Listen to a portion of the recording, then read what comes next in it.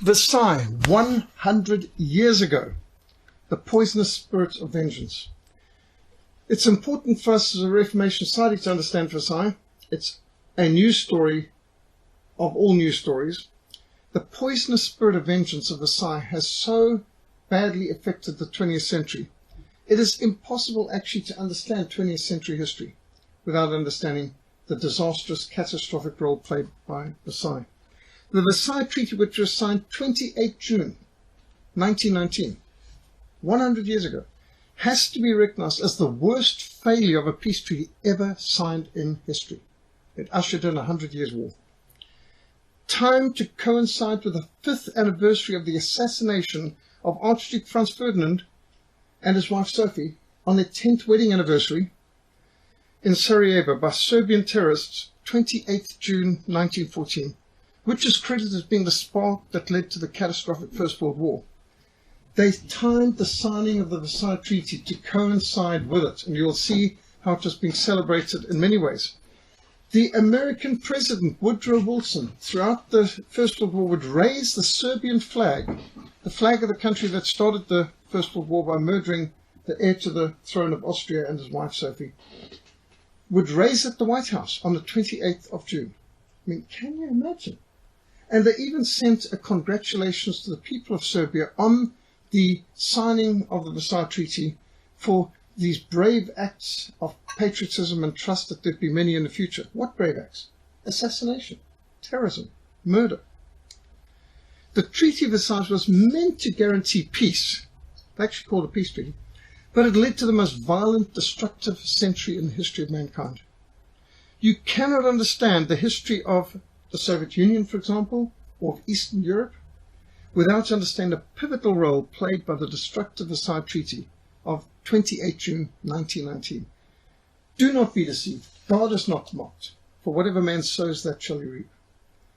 My view on Versailles and the Second World War and on the First World War and on 20th century history changed dramatically when I began doing Bible smuggling behind the Iron Curtain to Eastern Europe and traveling with Bill Bathman as far north as Poland, as far south as Yugoslavia and Albania, and the people of Romania and Bulgaria and Poland and Hungary and Romania, they had a very different view of Versailles and the Second World War and Yalta and so on than I'd had.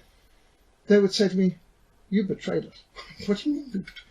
You British and Americans, you betrayed us. What do you mean? And they explained what I'm going to be getting into now and forced me to go back to school, back to the books, back to the drawing board, to reevaluate the lies that I'd been fed in school textbooks, we've all been, and through the movies. The tragic legacy of Versailles, the Treaty of Versailles, which ended the First World War, not only guaranteed the Second World War, but also led to the destruction of Christian civilization in much of Europe and throughout the world for over a century. It's what led from the greatest century of missions, derailed it into the worst century of persecution. It's vital for us to understand the times, to know what we ought to do in order to effectively work for biblical reformation today and also lay solid foundations for future generations. No good building on sand, no good building on mud, no good building on quicksand. You can't build a good future on lies. We have to know the truth. If we do not understand how the greatest century of missions was derailed into the worst century of persecution, we will not be able to extricate ourselves from the morass of secular humanism and the disinformation campaign, which has made generations of Christians be victims of the Stockholm Syndrome. You know what the Stockholm Syndrome is? Kidnapping term, when people who've been kidnapped or hijacked come to actually identify with the kidnappers who hold their lives in their hands. Embracing our chains, singing the praises of the enemies of God who've been ripping up the foundations of Christian civilization while brainwashing our children down a self-destructive path. That's the Stockholm Syndrome. As we mark the 100th anniversary of the end of the Versailles Treaty, it's absolutely vital that we understand the destructive legacy of what has to be recognized as the most destructive, the most counterproductive treaty in the history of the world. To rob the needy of justice, and to take what is right from the poor of my people, that widows may be their prey, that they may rob the fatherless. We read in Isaiah 10 verse 2.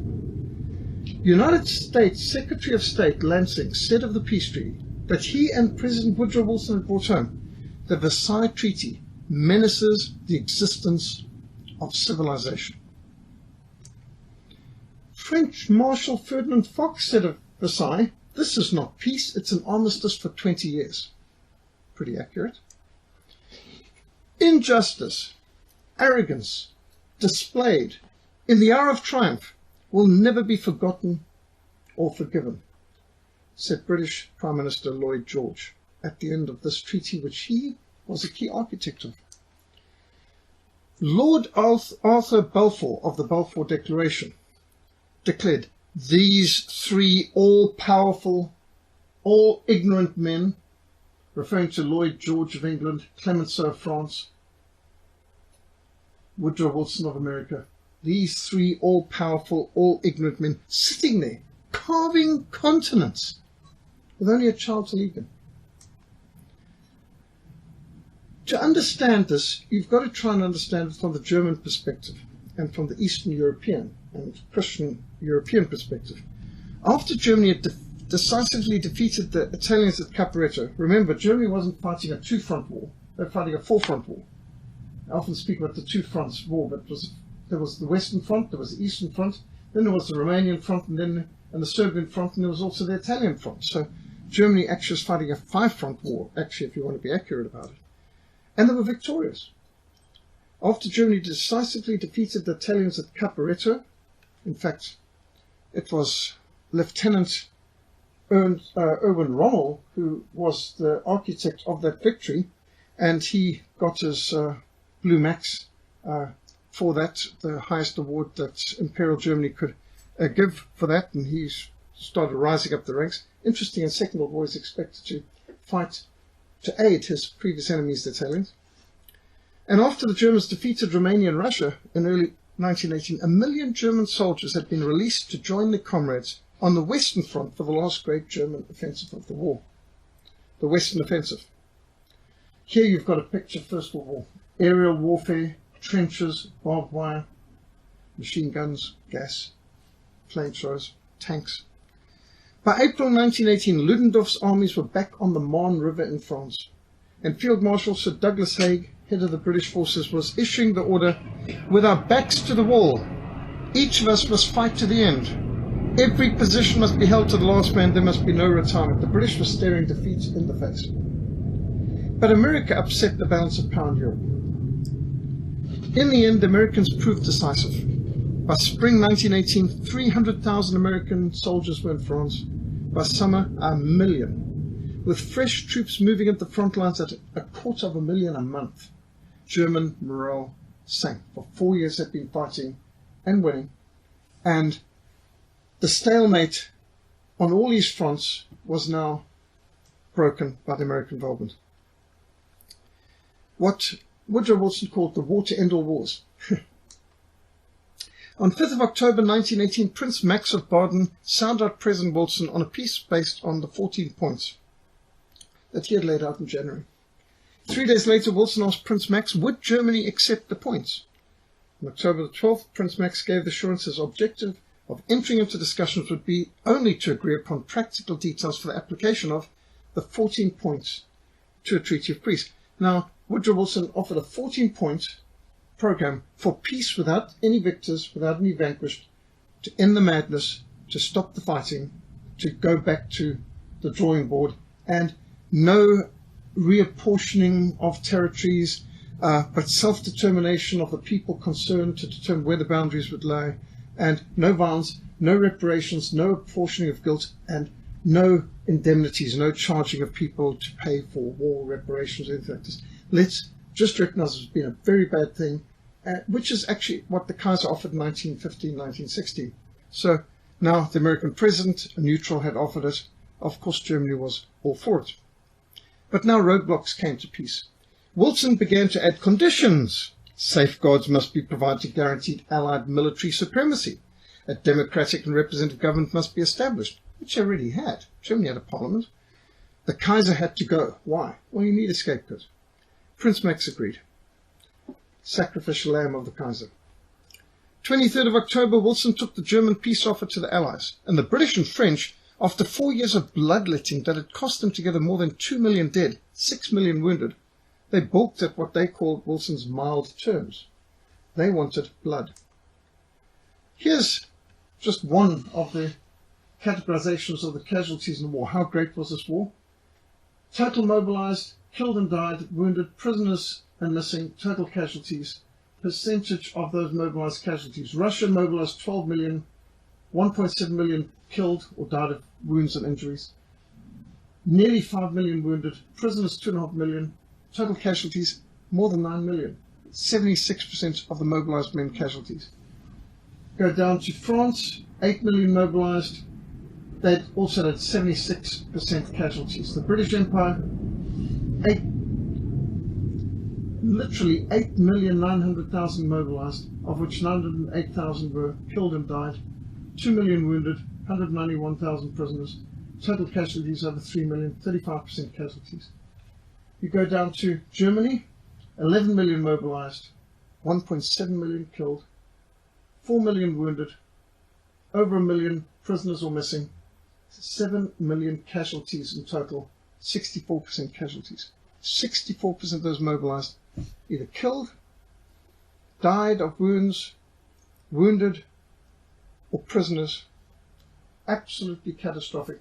So you look at this, the grand total of 65 million Europeans mobilized, 8 million, 8.5 million being killed, 21 million wounded, 7 million prisoners, more than that, 37 million total casualties, 57%, more than half of all those mobilized were casualties of one sort or another. Catastrophic. Under a threat from Colonel House, he's an American, of a separate peace. America's going to make a separate peace with Germany. That forced the British Prime Minister Lloyd George to agree, but he gave one reservation. Britain will not agree to the second of Wilson's 14 points. Freedom of the seas. Nope. The Royal Navy must be free to do whatever necessary to ensure British domination of the seas. So forget freedom of the seas. Now the demands start to escalate, especially from the French. France succeeded in inserting a clause claiming full compensation for all damage done to allies and their property by Germany by land, sea and or air. Not like everyone hadn't been causing damage to one another. I mean, that was the whole point of the war. It's like at the end of a Grand Prix race, you start handing out speeding tickets to some of the people who participated. This is what led to the crime of 11 November. Matthias Erzberger, the leader of the Catholic Centre Party, who had urged fellow Germans to agree to the armistice, was given the thankless task of meeting Marshal Ferdinand Foch, the Allied Supreme Commander, signing the armistice. Now, an armistice is not a surrender. Armistice is agreement to lay down weapons for a mutually agreed peace. In Compiègne Forest on November the 11th, and came into effect at the 11th hour of the 11th day of the 11th month, 1918. In 1921, Erzberger would be murdered, assassinated in the Black Forest for the crime of November 11th. He is seen by his people as a traitor. Not that he could have foreseen what would have come from it, because the 14 points was reasonable, and if they'd stuck to it, he wouldn't have been a traitor, but because it was abused, he got blamed. This is an interesting map, because this shows the colours of the flags of those countries, the Russian Empire. South Africa at that point was under the red flag, the British ensign with the Union Jack in the corner, and so on. So you can see just the different countries around the world. See the German East Africa flag, the German Southwest Africa flag, and so on. Just gives you a bit of an idea how much France controlled. And Canada's flag back then was also British ensign, where the Union Jack's in the corner of a red flag. In Great Britain, a khaki election was called. Now, they've got millions in khaki uniform, and the government want to exploit the triumph of war's end. In Britain, unlike America, they don't have a set day of the year when they're going to have elections. The government can call election any time within 4 years. And sometimes you get them calling it a snap election early because, for example, Theresa May recently thought she could increase her majority and actually lost the majority. It doesn't always work out the way the government's planning. But basically, when your country's just won a war, the government in power will win the next election. So just to take that opportunity right there and then. For example, George Bush Sr. had something like a 90% approval rating after winning the Gulf War in 1991. And if he had gone for an election then, he would have swept the board.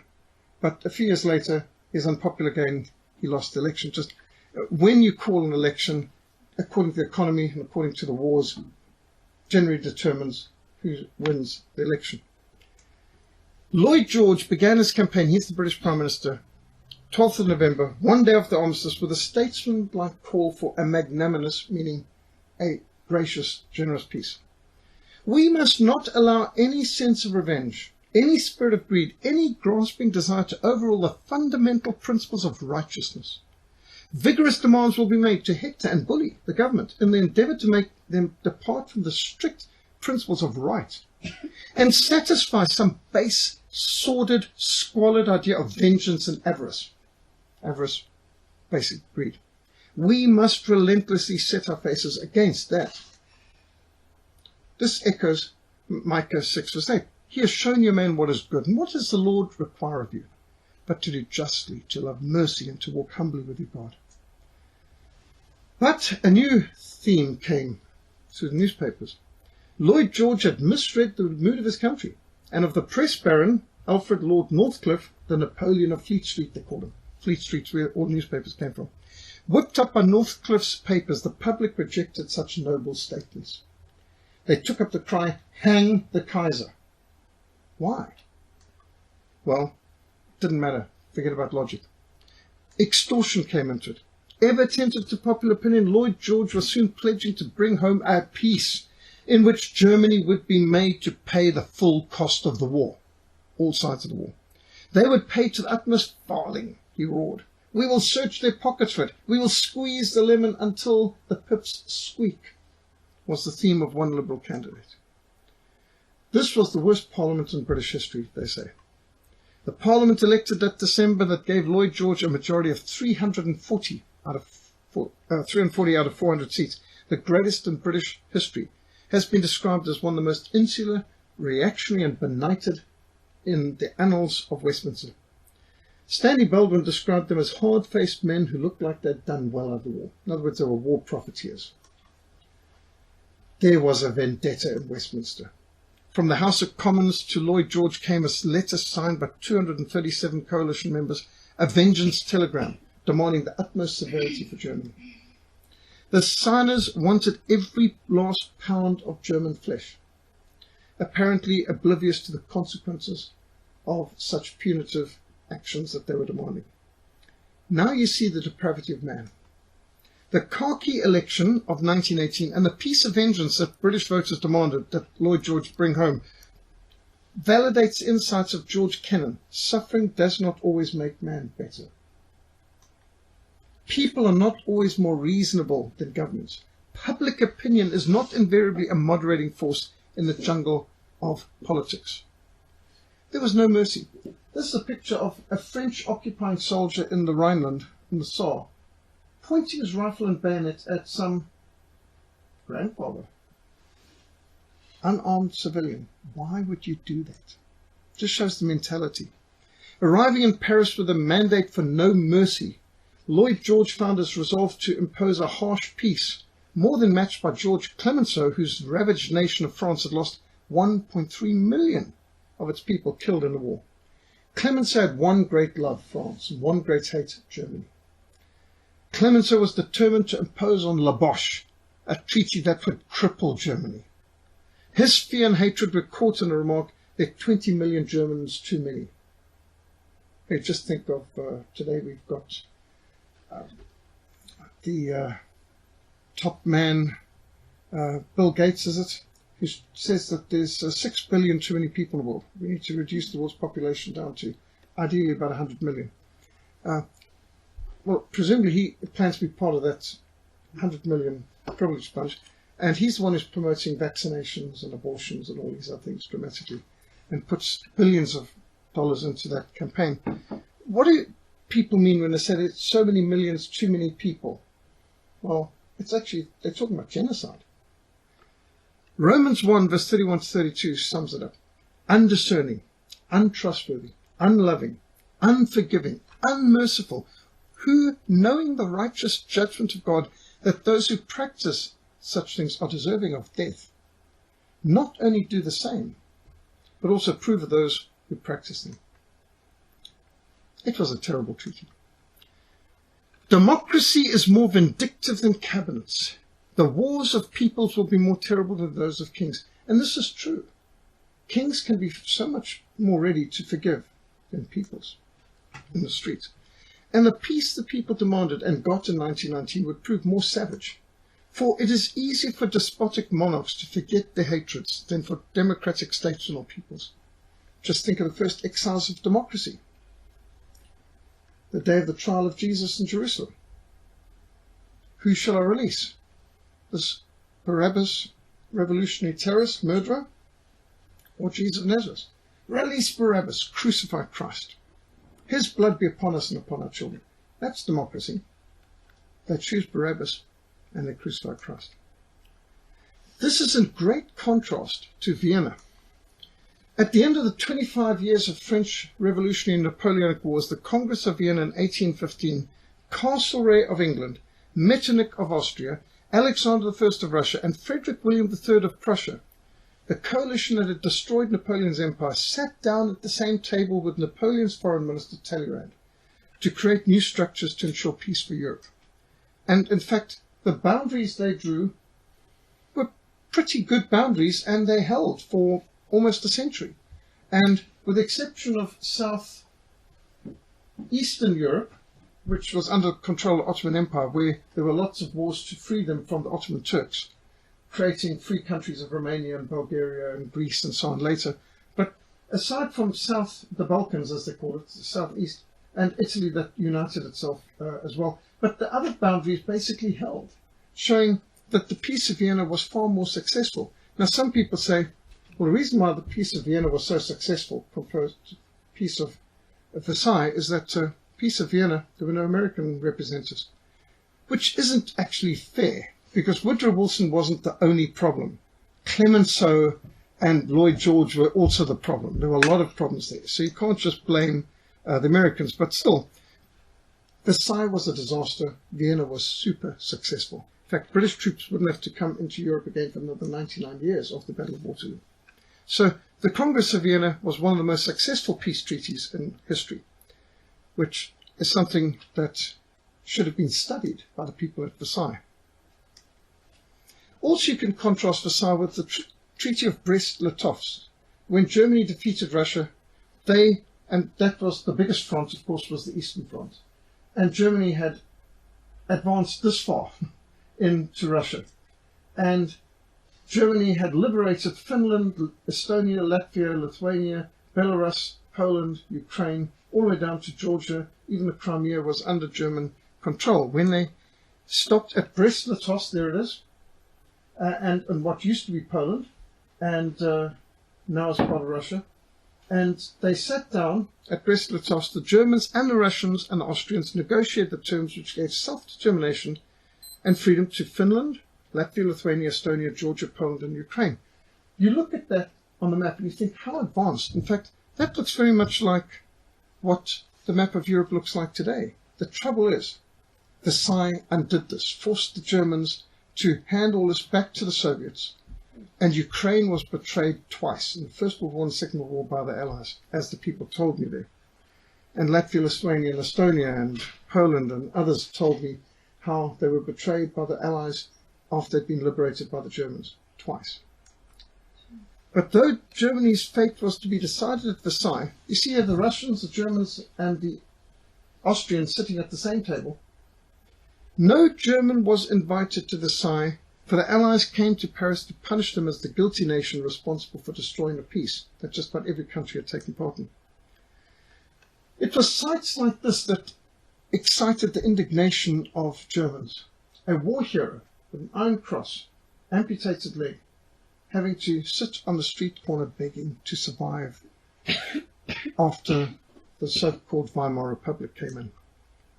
As America entered the war on the 2nd of April 1917, Woodrow Wilson declared, "We have no quarrel with the German people. We have no feeling towards them but one of sympathy and friendship. It was not upon their impulse that the government acted in entering upon this war." Now, that's an intelligent comment, but that's not the way they were talking at Versailles. They brought about a savage peace. you can see here the blue areas indicate the alliance of what they call the Central Powers, and the beige represents the Allies. When German representatives were summoned to Paris to receive the terms of the treaty, they were stunned to find the amputations that was to be forced upon them. Eupen and Malmedy was to be taken from Germany and given to Belgium. Alsace and Lorraine were to be annexed by France. Now, remember that Alsace and Lorraine includes towns like Strasbourg, which has been German for centuries, which was German for more than a millennium, which is where Gutenberg's Bibles print. You walk into places like Strasbourg and you can see it's German. The cathedrals, the design of the houses, everything. It's like the Rhineland, but it's in France. And you see German people are speaking French. Alsace and Lorraine was always German. And the fact that Napoleon conquered and made it part of France, well, the Germans took it back in 1871. The Saar, which was the coal and industrial part of Germany, was placed under League of Nations de facto, given to France, and France looted it for the next 15 years. The 650,000 Germans who lived in the Saar region were granted the right in 15 years' time to vote on whether they wish to return to Germany, but if they so decide, Germany must then pay to buy back their own mines from France, who had just looted it for 15 years. In Schleswig, that's way up here in Jutland, just south of Denmark, a plebiscite was to be held to divide the land with Denmark. The East Prussian port of Memel was to be seized by Lithuania, only on the insistence of British Prime Minister Lloyd George, who reportedly said he'd no more transfer Upper Silesia to the Poles than he'd give a clock to a monkey. There they held a plebiscite, a referendum, which had been under German sovereignty for centuries. In the plebiscite, 60% of people voted to stay with Germany, but still they carved 5/6 of the industrial area and almost all the mines given to Poland, despite the majority of the population choosing to stay with Germany. It's a tragic farce. A disgusted British observer, Sir Robert Donald, called the plebiscite a tragic farce and the stripping of Upper Silesia from Germany as robbery under arms. Here you can see the German territorial losses being given to Poland, given to Lithuania, effectively given to France, or ceded to Czechoslovakia, which hadn't existed before the war. The port city of Danzig, German for centuries, was declared a free city placed under League of Control administration, but effectively Polish control. East Prussia was separated from Germany by a Polish corridor, where more than a million Germans were now under Warsaw rule, just to give them a leap to the sea, which they hadn't had before. It was robbery under arms. Versailles stripped Germany of 1/10 of its people and 1/8 of their territory in Europe, all of their territory in Africa and in Asia and the Pacific Islands. Proverbs 23 verse 10 says, "Do not remove the ancient landmark. Do not enter the fields of the fatherless." It was wholesale theft. Germany's overseas empire, the third largest on earth after Britain and France, was wholly confiscated. All private property of German citizens and German colonies like Southwest Africa, German East Africa, Tanganyika, and Cameroon and Togo was declared forfeit to the crown. Expropriation without compensation. Farms, homes, the lot. Japan was awarded the German concessions in Shantung and all German islands north of the equator, the so-called Bismarck Archipelago in the Pacific, given to either Japan or New Zealand or Australia. Germany's Africa colonies were now divided among South Africa, Britain and France. These are some pictures of the German Schutztruppe and Marines operational in Tanganyika and German East Africa, the Askari, and Germany brought a lot of civilization very quickly. If you go and visit Southwest Africa, you can see that although they were only there for a short while, they built a lot of castles, a lot of roads, and in fact, the greatest game reserve on earth was declared by Kaiser Wilhelm II at Toshapan, the first, before President Kruger opened up the Sabi Game Reserve, which became the Kruger Park, before Teddy Roosevelt and Yosemite National Park and so on. Kaiser Wilhelm was the first great conservationist king. In fact, Etosha Park was 4 times its present size. when Germany controlled Deutsche Südwestafrika. And this was all forfeit. There was a lot of double standards. Germany's rivers were now internationalized and open to Allied imports, but Germany was denied equal access to Allied markets. Their military was now to be dismembered and disarmed. Everything. Territories cut away, colonies gone, Germany was to have her limbs broken so that she could not fight again. She is forbidden to ever again have any armoured cars, tanks, heavy artillery, submarines, or even an air force. Not so much as a spotter plane. Germany was to remain defenceless, surrounded by well-armed enemies and neighbours. Her high seas fleet was seized as war booty, as was the German merchant fleet. The navy was to consist now of only 6 small battleships, 6 light cruisers, 12 destroyers, 12 torpedo boats. The general staff was abolished. This at the time that the British had something like 1,000 warships. The army was restricted to 100,000 men, while the neighbours had millions. Germany was to remain forever vulnerable to her enemies. It was sickening extortion. Goaded on by Lord Northcliffe's press, what they called the Yellow Press, because the paper would tend to turn yellow, called the Yellow Press. Lloyd George campaigned for Germany to be made to bear the full cost of the war, including pensions for Allied soldiers, lifetime pensions. But Wilson's public pledge of no indemnities had to be circumvented. And someone else would have to persuade Wilson, Woodrow Wilson, the American president, because the president come to detest the British Prime Minister Lloyd George. After listening to another shift of position by the Welsh witch, as Lloyd George was called, the US president blurted out, "Mr. Prime Minister, you make me sick." So they might have smiled for the cameras, but they didn't particularly like one another behind closed doors, it would seem. One thinks of 2 Peter 2:19. While they promised them liberty, they themselves are slaves of corruption. It was a vindictive peace which guaranteed war. John Maynard Keynes, who was with the British delegation, returned home to write the economic consequences of the peace, I think the first book ever written on Versailles, which charged the Allied leaders of crafting a vindictive peace which must, by crushing Germany with debt, set the stage for a new war. And it turned out he was dead right. He wrote this already in 1919. And by the way, why was Germany forced to sign this in the Palace of Mirrors, in the Hall of Mirrors, in the Palace of Versailles? Because in 1871, after Germany had defeated France in the German Franco-Prussian War of 1870 to 1871, Germany had signed the peace treaty with France, where they had to give back Alsace and Lorraine to Germany, in the Hall of Mirrors, in the Palace of Versailles.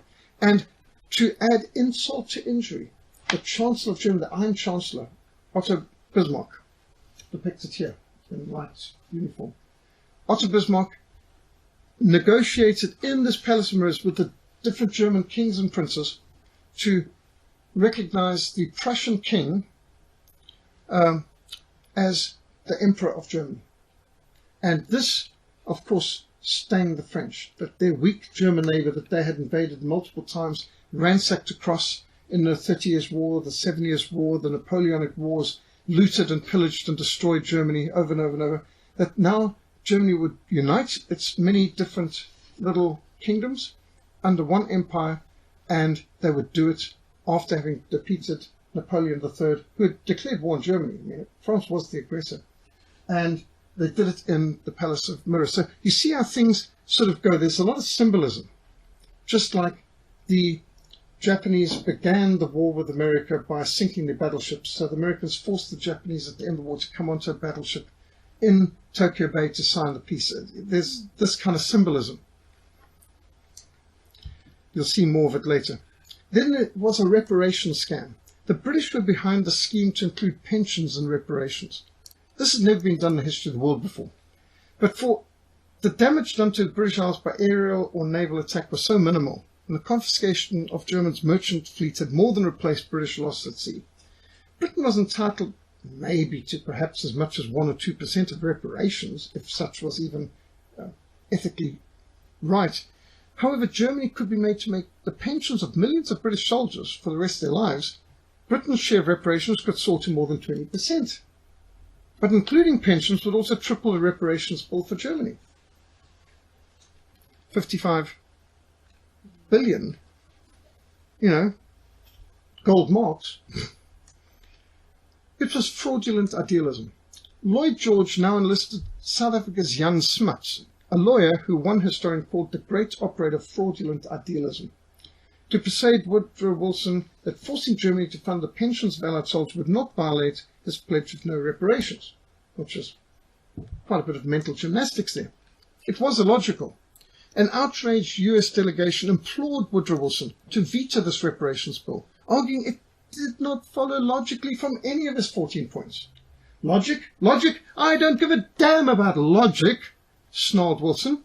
I'm going to include pensions. This is a man who promised to be the outside neutral, the war to end all wars, to guarantee democracy, no reparations, no victors, no vanquished.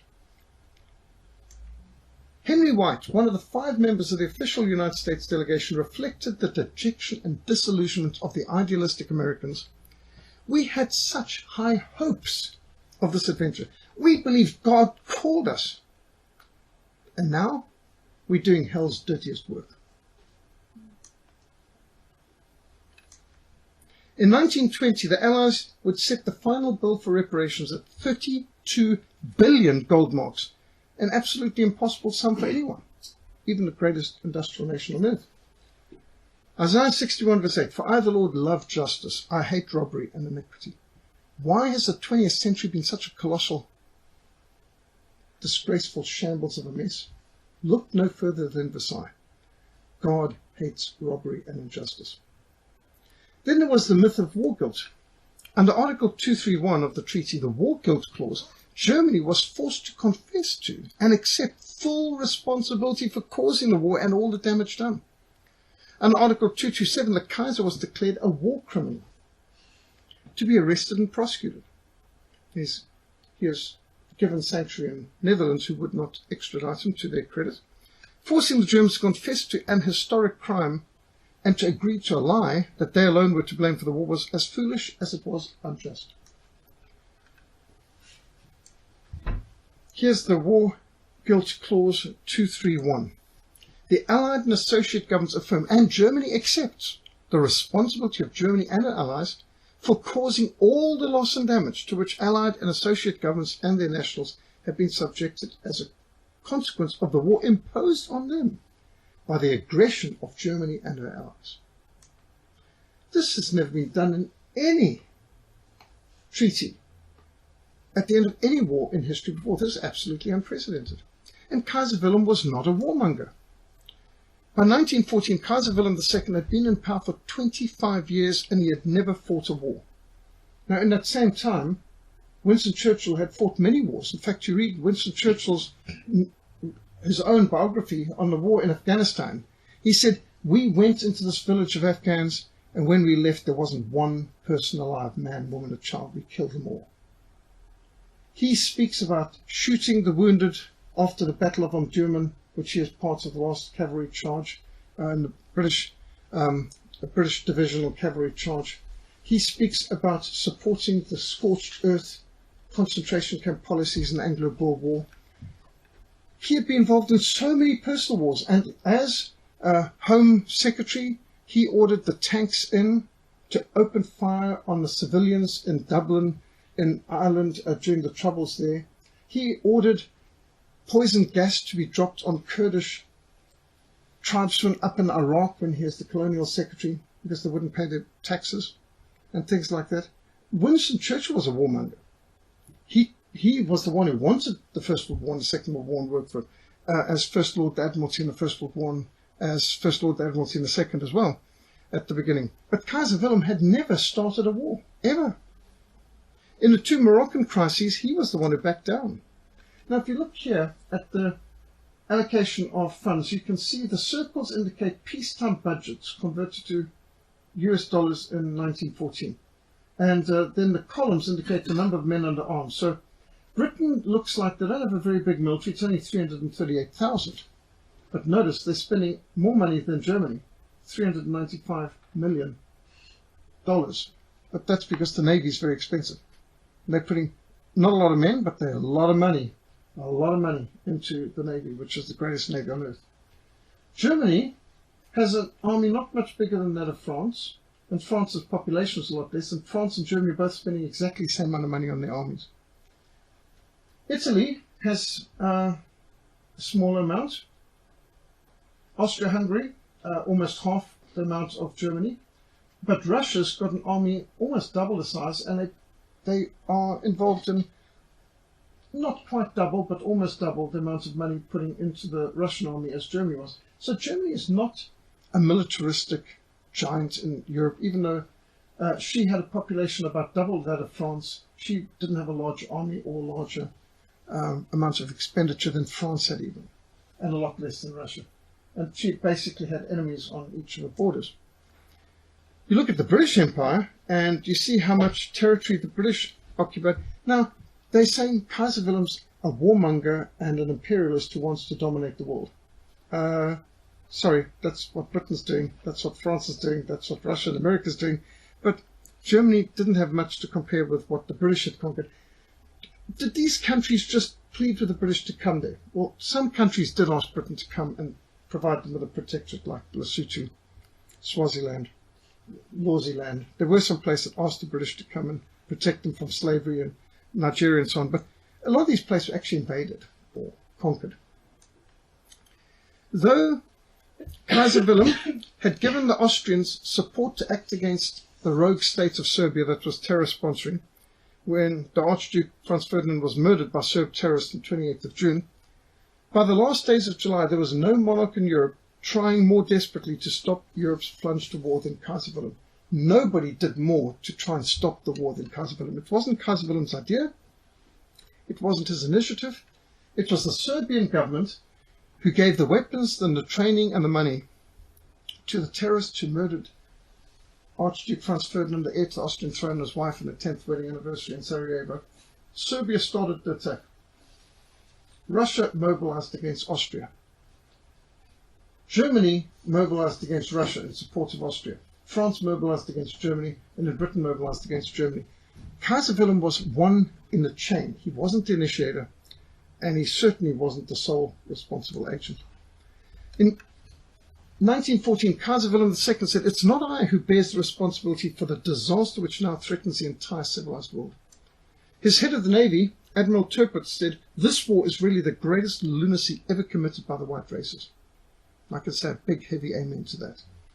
The biggest, stupidest, dumbest, most insane, suicidal action in the history of Christian civilization was the First World War. Totally unnecessary. He who justifies the wicked and he who condemns the just, both of them alike on abomination to the Lord. Proverbs 17:15. The effect on the German psyche of forcing the nation to confess to a crime that Germans did not believe that they had committed was poisonous. There's no better way to generate hatred than by forcing a person to sign an admission of guilt which he sacredly believes is untrue. The wanton humiliation, unprecedented up to that time in the annals of Christendom, created a thirst for justice. Never in history before 1919 had any treaty that ended a war tried to assign all guilt on the defeated group and force them to sign such a confession of guilt. Why do you do this? The reason is because the First World War invented propaganda. The war for the mind. British historian Russell Grenfell wrote, "The forced admission of a German war guilt in the Treaty of Versailles would have been a colossal political blunder even if it had been true." And it was not true. Today, most people do not appreciate what Versailles meant to the Germans, who, triumphant in the East, believed they'd laid down their arms and accepted an armistice and peace in the West based on Woodrow Wilson's 14 points with the United States guaranteeing it. No victors, no vanquished, no reparations, no assigning of territories, only self-determination of peoples. British Labour leader Sir Roy Denham offered this analogy. These terms are difficult to bring home to British readers. But supposing that Britain had lost the U-boat war in 1917 and Germany had imposed an equivalent peace, it would have meant British recognition that its policies of encirclement of Germany had caused the war, confiscation of British colonies and the British merchant fleet, Dover and Portsmouth occupied, the Royal Navy reduced to half a dozen destroyers, southeastern England demilitarized, Liverpool a free port, a corridor under German rule to Harwich, crippling reparations, no post-war British government would have accepted this indefinitely. Why did the Germans sign such a disastrous, disgraceful peace? Germany faced invasion and death by starvation if she refused. She had demobilized armies. She was at their mercy. Her merchant fleets and even her Baltic fishing vessels had been sequestered. The starvation blockade was still in force. Germany could not feed her people. When Berlin asked permission to buy 2.5 million tons of food, the request was denied. For 8 months after the war ended, the blockade remained in force. 8 months. The war ended on the 11th of November 1918. The blockade continued till the 12th of July 1919. 8 months of starving hundreds of thousands of people to death, civilians, after the war was over. From November the 11th through the peace conference, the blockade was maintained. Before going to war, America denounced as a violation of international law and human decency the British naval blockade that kept the vital necessities of life even out of neutral ports in case some of those goods could be transshipped to Germany or Austria. Now, you're allowed to prevent weapons of war and munitions getting to the enemy. You're never allowed, by the Hague and Geneva Conventions, to prevent food reaching civilians. But that's what the British did during the Anglo-Boer War, destruction of the farms, and that's what they did now with Germany. When the Americans declared war, a US admiral told Lord Balfour, "You will find it will only take us 2 months to become as great criminals as you are." US ships now supported the blockade that America had been condemning up till then. "Once lead this people into war," Woodrow Wilson said in 1917, "and they'll forget there ever was such a thing as tolerance." And it's true, during a war, you learn actually to hate the enemy. That's what the propaganda tries to distill, so that you don't even see the enemy as a human being. You don't even want to look at the reasons why they might be fighting, or that your side might have done anything to cause this. This is what Woodrow Wilson wrote after the end of his presidency. "I'm a most unhappy man. I've unwittingly ruined my country. A great industrial nation is controlled by its system of credit. Our system of credit is concentrated. The growth of the nation, therefore, in all activities, are in the hands of a few men, the banksters.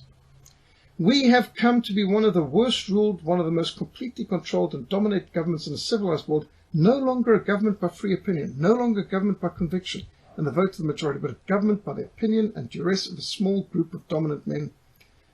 What is he talking about? The Federal Reserve, which, as Stephen Mitford Goodson, once director of the Southern Reserve Bank, said, "The Federal Reserve Bank is not federal, it has no reserves, and it's not a bank." It was a war against civilians. America did forget about tolerance. The blockade was responsible for the deaths of tens of thousands of men, women, and children, actually hundreds of thousands, after the Germans laid down their weapons and surrendered their warships.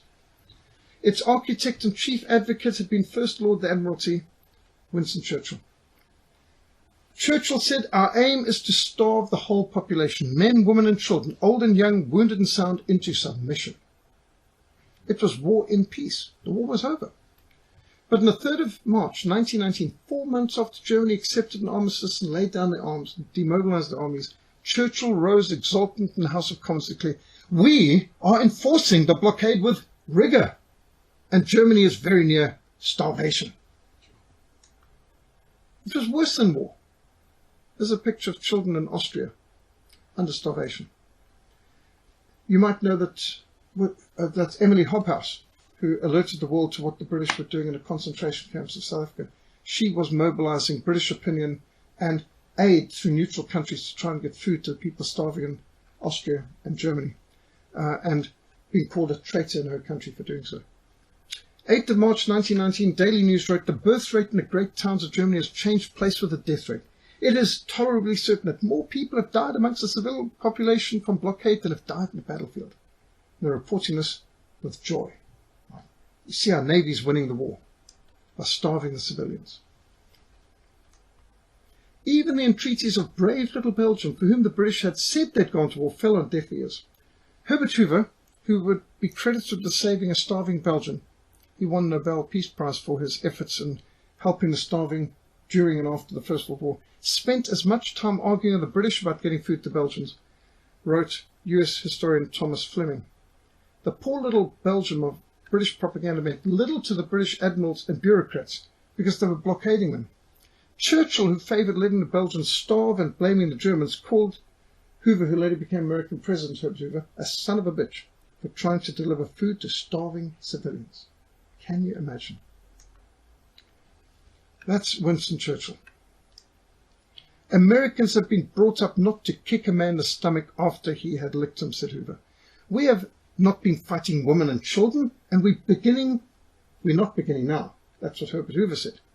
Put in charge of all relief efforts, Herbert Hoover wanted to feed the starving Germans, but his Congress refused to allow it.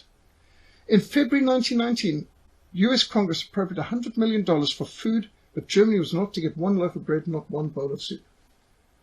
Bearing in mind that 1/8 of all Americans are German by descent, and at the beginning of the war, America was more sympathetic for Germany than they were for Britain. But at the beginning of the war, the British cut the transatlantic cables, cutting all communication between Germany and America, and then the Americans only got the British side of the war and the French side of the war for the rest of the war. And so they imperceptibly changed their views. So at the beginning of the war, there was more sympathy with Germany and less for Britain. And at the end of the war, they were saying we mustn't even give a bowl of soup or a loaf of bread to the Germans. Our Lord Jesus Christ said, "For I was hungry and you gave me no food. I was thirsty and you gave me no drink." These are words he'll use on the Day of Judgment. So severe was the suffering that on 10th of March, the British commander on the Rhine publicly urged that food be sent to the population, as the spectre of starving children was damaging the morale of his British troops. General Sir Herbert Plumer's letter was read to the Big Three in Paris. "Please inform the Prime Minister that, in my opinion, food must be sent into this area by the Allies without delay. The mortality amongst women, children, and the sick is most grave, and sickness due to hunger is spreading. The attitude of the population is one of despair, and the people feel that an end by bullets is preferable to death by starvation." His troops, said General Plumer, by the way, notice this is Cologne Cathedral, and here's the British Mark IV tanks in the Rhineland occupying. His troops, said General Plumer, could no longer stand the sight of hordes of skinny and bloated children pouring over offal from British cantonments. In other words, going into dustbins to find something to eat.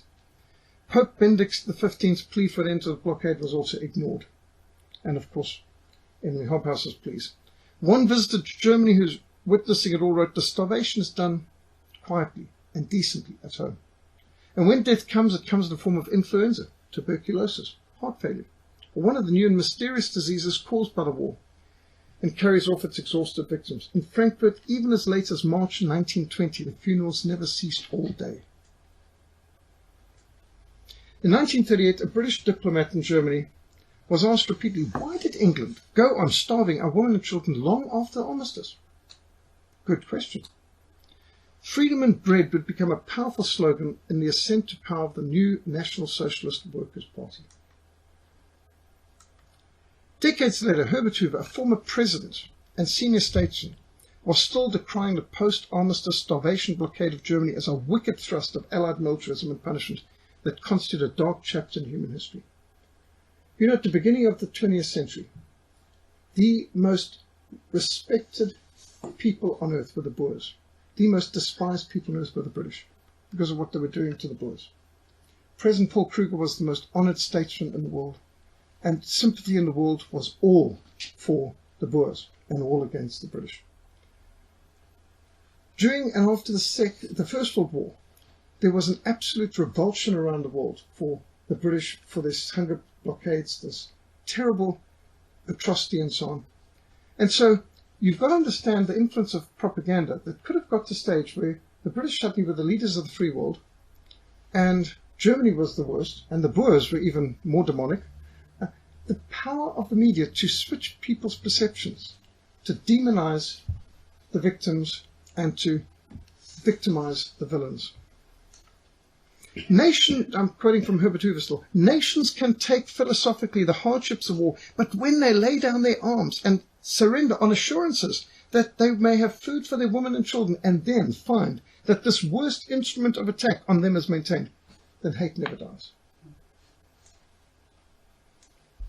On the 7th of May 1919, at Trianon Paris Hotel, which is part of the Versailles complex, Clemenceau, Wilson behind him, handed the Germans terms of peace. The hour has struck for the weighty settlement of your account, said Clemenceau. You have asked for peace. We are ready to give you peace. At a price. As the German Foreign Minister Ulrich von Brockdorff-Rantzau read his reply to Clemenceau, he remained seated and refused to stand. He's actually an old and sick person at that time. It wasn't easy for him to stand. They kept insisting he must stand to read his statement, and he did not. He said, "We can feel all the power of hate we must encounter in this assembly. It is demanded of us that we admit ourselves to be the only ones guilty of this war. Such a confession of mouth would be a lie. We are far from declining any responsibility for this great world war, but we deny that Germany and its people are alone guilty. The hundreds of thousands of non-combatants who have perished since 11 November by reason of the blockade were killed with cold blood after our adversaries had conquered and victory had been assured to them. Think of that when you speak of guilt and punishment." When he heard this bristling German defiance, Clemenceau's face turned magenta, which is like dark purple. Lloyd George snapped the ivory paper knife he was holding and said, "It's hard to have to listen to that." Wilson exploded. "What abominable manners! The Germans really are a stupid people. Isn't it just like them?" he blurted out to Lloyd George. Said both, "A beast they were and beast they are." This is what propaganda can do to people. The people who produced Handel and Bach and Mozart, Martin Luther, beasts, abominable people, stupid. People who led the world and everything from automobile engines and so on, they're stupid beasts. That's the mentality. Still the Germans refused to sign. What hand would not wither that binds itself in us in these fetters? Chancellor Philip Scheidemann resigned his office rather than sign.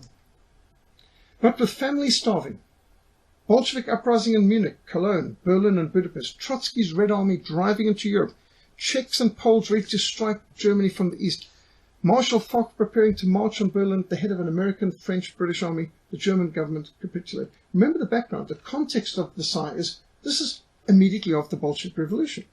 There's a civil war in Russia, and Bolsheviks are moving in. It was a death sentence for a nation. This is Versailles. 5 years to the day after Gavrilo Princip shot the Archduke and his wife in Sarajevo, German delegates signed what Wilson promised his countrymen would be peace without victors or vanquished. A huge crowd and 2 German delegates led like felons into the room to sign their doom. That's how one American observer in the Hall of Mirrors described that day. It was like the execution of a sentence. Please have a seat. You can see what the seats are like and what's for the meals. You've got everything from shackles and poison and yes, that's what it would have been like. The New York Times' Charles Selden wrote, "The stillest 3 minutes ever lived through were those in which the German delegates signed the peace treaty today." And the crowds that came for the peace signing, and a cannon was fired to announce the signing of the peace treaty, and there were celebrations and vast amounts of drunkenness that day. But what were they celebrating? They were celebrating an assassination. The same day, 28th of June, the government of the new Czechoslovak democracy sent a telegram, to the leaders of Yugoslavia, congratulating them on the anniversary of the Sarajevo murder of the Archduke and his wife and expressing the hope of similar heroic deeds in the future. What is heroic? By throwing a grenade into an open carriage and shooting a man and a woman who are there in an open carriage who just visited a hospital, by the way. By forcing German Democrats to sign the Treaty of Versailles, which disarmed them, divided them and disassembled the nation that Bismarck had built up, the Allies discredited the German Republic and democracy at its birth. At Scapa Flow, the naval base of the British Grand Fleet in the Orkneys, northeast of Scotland, where the High Seas Fleet had been interned, Admiral Ludwig van Ruyter, rather than surrender his warships, ordered them scuttled. With a signal from the flagship at noon on 19th of June, a day after, just a few days before they were going to be forced to sign, German sailors pulled the seacocks, sending 10 battleships, 9 armoured cruisers, 8 heavy cruisers, 50 torpedo boats, 100 submarines to the bottom, and many of them are still there. Now, you would have thought the British sailors would have looked and saluted the brave sailors of the German High Seas Fleet who did what the British would have done in the same circumstance, surely. But as the unarmed German sailors fled in lifeboats, they were fired on by enraged British sailors. This is the power of propaganda, to demonize your enemy so that you don't even feel any human sympathy for people who have done a hard thing, abandoned their ships are going down, they're now in lifeboats and they're coming, law of the sea. What do? You help people who are at risk in the sea. And yet they opened fire and murdered unarmed German seamen during a time of peace for doing a noble thing of not letting their warships fall into the hands of the enemy. Not until 12th July 1919, that's 2 weeks after the signing of the hideous Versailles Treaty, only then did the Allies fully lift the starvation blockade.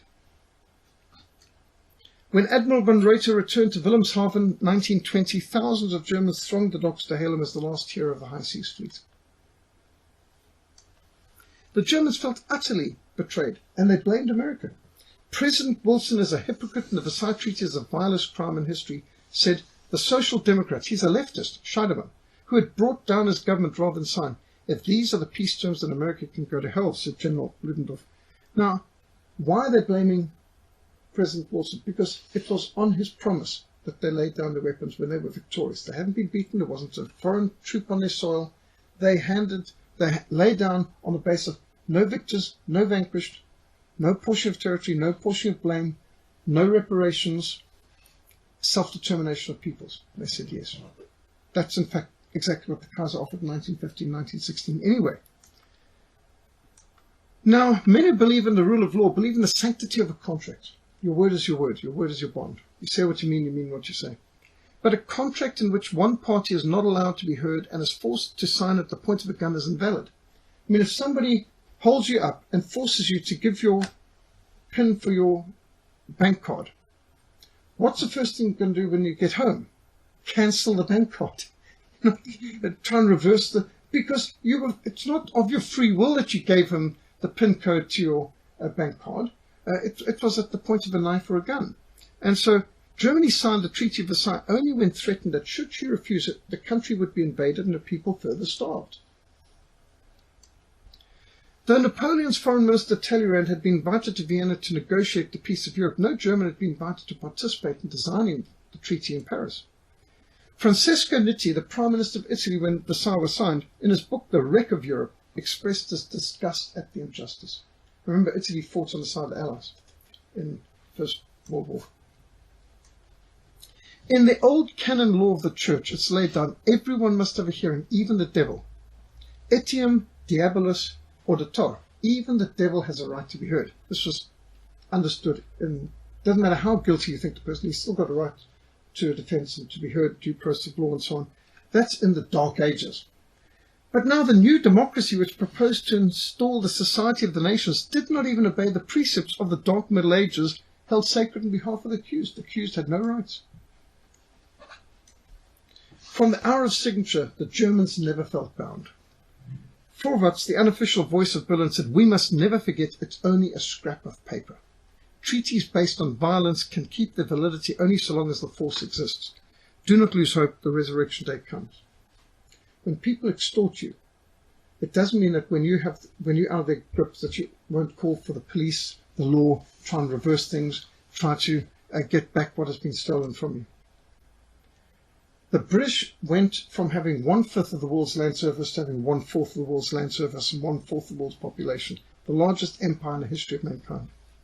Lloyd George had wanted a peace that would enlarge the British Empire, satisfy the press, have the jingoes cheering him in the house, eliminate Germany as a commercial rival and as a world power. And he got all of it. He got the high seas fleets of Germany. He got the Kaiser's colonies. He got the German merchant marine. He got the promised full reparations. And then there were the French ambitions. France had lost 1,375,000 soldiers and millions more wounded, maimed or crippled. She demanded crippling compensation in terms of peace that would guarantee that Germany would never again be able to resist France. Now bear in mind, France had been the greatest threat to peace in Europe for most of Europe's history.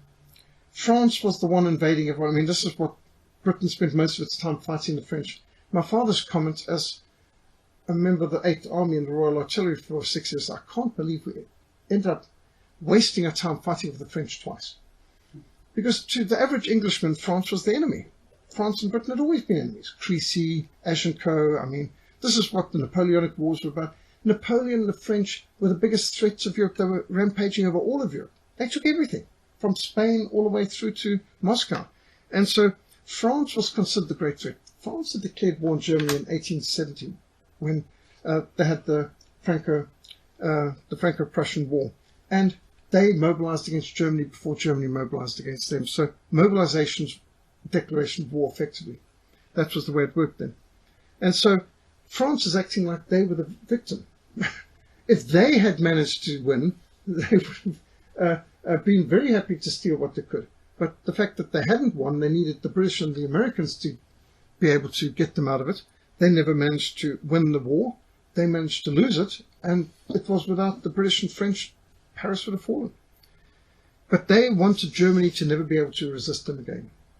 Clemenceau wanted to detach all German lands west of the Rhine and create a Rhineland, a buffer state, to occupy the east bank of the Rhine River with Allied troops for 30 years. Poincaré, Lorraine, wanted to annex all 10,000 square miles of the Rhineland, as did Marshal Foch. Annexing the Rhineland would have put 5 million Germans under permanent French control, as well as much of Germany's industrial might. Like, you know, if you took the whole of Gauteng and gave it to your enemy, something like that. Wilson recoiled at so flagrant a violation of the principle of self-determination. Here you can see German wording, German everything, with French cavalry going through their town. This is in the Rhineland. And then we've just been talking about Germany. After Germany mounted the scaffold came the turn of the Austro-Hungarian Empire. Under the treaties of Saint-Germain and Trianon, which is also part of Versailles, but one slightly distinguished between the halls, even though it's the same treaty basically. The ancient empire was butchered. Oostenrijk, the Eastern Empire, which had protected Europe from the Muslim Turks for centuries, was to be butchered, distributed to nations that support the Allies. Northern provinces went to New Poland. Czechoslovakia, which had emerged as a new state, never existed before, doesn't exist now, ceded rule over 3.5 million Germans, 3 million Slovaks, 1 million Hungarians, 500,000 Ruthenes, and 150,000 Poles.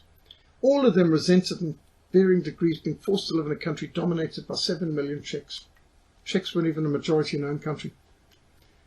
This is what the Austro-Hungarian Empire looked like if you look at it in terms of ethno-linguistic groups. The red being the Germans there, the green being the Hungarians, and so on. That's a racial division of Austro-Hungarian Empire. To coerce over 3 million Germans to come under Czech rule, which most of them despised, was fiercely argued at Paris. March 10th, the chief of the field mission for the US delegation, Archibald Coolidge, called it a grave mistake and filed a memorandum in which he proposed a frontier almost the same as that established in 1938 after the Munich Conference, which has been so often derided because the British Prime Minister Neville Chamberlain agreed to Germany getting back those territories where Germans were the majority in Czechoslovakia, which was an injustice that everyone recognized at the time that was made. Munich wasn't betrayal, it was righting a wrong done 18 years before. Coleridge's reasoning was as follows: to grant to Czechoslovakia all the territory they demand would not only be an injustice to millions of people unwilling to come under Czech rule, but would also be dangerous, perhaps fatal, for the future of this new state. In Bohemia, the relations between Czechs and Germans have been growing steadily worse during the last 3 months. The hostility between them is now intense. The blood shed on March the 3rd when Czech soldiers in several towns fired on German crowds was shed in a manner that's not easily forgiven. It was a disastrous decision. South Africa's Jan Smuts also warned that the Czech lust for land, Hungarian as well as German, might bring disastrous results. With some millions of Germans already included in Bohemia in the north, and a further inclusion of some 500,000 Magyars, that's Hungarians, in the south, would be a very serious matter for the young state, besides a grave violation of the principles of nationality, self-determination involved. Isaiah 10 verse 2 says, to rob the needy of justice, to take what is right from the poor of my people, that widows may be their prey and that they may rob the fatherless. That's what Versailles did. The Big Four, the Big Fours, America, Britain, France and Italy, did not heed Smuts and Coolidge's warnings. They listened instead to Edward Beneš, the Czech foreign minister, later to become the president of Czechoslovakia. On the eve of Munich 1938, Lloyd George would charge Beneš with having deceived the Allies at Paris. Lloyd George supported Chamberlain's handing back those territories that had been stolen from Germany at Versailles in Czechoslovakia. Proverbs 19:5 says, "A false witness will not go unpunished, and he who speaks lies will not escape." So why did the Czechs succeed at Paris at the expense of their neighbours? Well, first of all, they'd chosen the winning side. Secondly, the new territories had come at the expense of Germany, Austria and Hungary, who were to be punished and weakened. "No pity must be shown to Hungary," said André Tardieu, the father of Trianon, who chaired the committee dealing with the Austro-Hungarian Empire. The Czechs knew what they wanted. They were resolute and ruthless in taking it. And as Hungary and Austria were reeling in shock in 1918 by the collapse of their governments, Czech troops moved into Slovakia and just seized it. They then seized the Polish enclave of Tesin, whose coal heated the foyers and powered the industry of Central Europe from Krakow to Vienna. They occupied German Bohemia, which soon would become known as the Sudetenland. This is German majority territory that was forced into Czechoslovakia. And as I said, Czechoslovakia never existed before, doesn't exist now. Clemenceau supported the Czech seizures. By the time Masaryk, Beneš and the Allies were finished, they created a new Czechoslovakia, the 10th most industrialized nation on earth, because they'd just stolen from Austria and Hungary 70 to 80% of their industry. From China and glass factories to sugar processors to the breweries of Pilsen and the Skoda works, producing the world-class armaments, locomotives, autos and machinery. These were German, Austrian-German areas. So Adolf Hitler wasn't a revolutionary. Bear in mind, he was born in the Austrian Empire in these very areas. He just wanted to return what had always been in the hands of the Austrians. You shall not covet your neighbour's house or anything that belongs to your neighbour. Czechoslovakia became a powder keg that would ignite new wars. The new nation, one half Czech, 1/4 German, with Slovaks and Hungarians constituting 1/5 of the population, was bordered by 4 nations, Austria, Germany, Hungary and Poland, all of which bore deep grievances against her territorial thefts. The country was doomed before it started. The peace conference, wrote David Andelman in A Shattered Peace, had turned Czechoslovakia into a polyglot highway from Germany to the Balkans with a 5th column in its midst. How could it stand? Getting treasures by a lying tongue is the fleeting fancy of those who seek death. South Tyrol, to the bitterness of the 200,000 Austrian immigrants, was turned over to Italy. This is Tyrol, here. And this area, which explains why in The Sound of Music they've got a naval captain. You think, but Austria is a landlocked country. Well, it wasn't always. Their navy defeated the Turks at one of the greatest sea battles in history, Lepanto, which saved Europe from Turkish invasion. Austria used to have a phenomenal navy. But to deny Austria a navy, they gave their access to the sea to the Italians, who already had access to the sea, but just to deny Austria access to the sea. Vienna, seat of one of the greatest empires of Christendom, became the capital of a tiny landlocked country of fewer than 7 million people. There was a time when Austria was the greatest empire in the whole of Europe.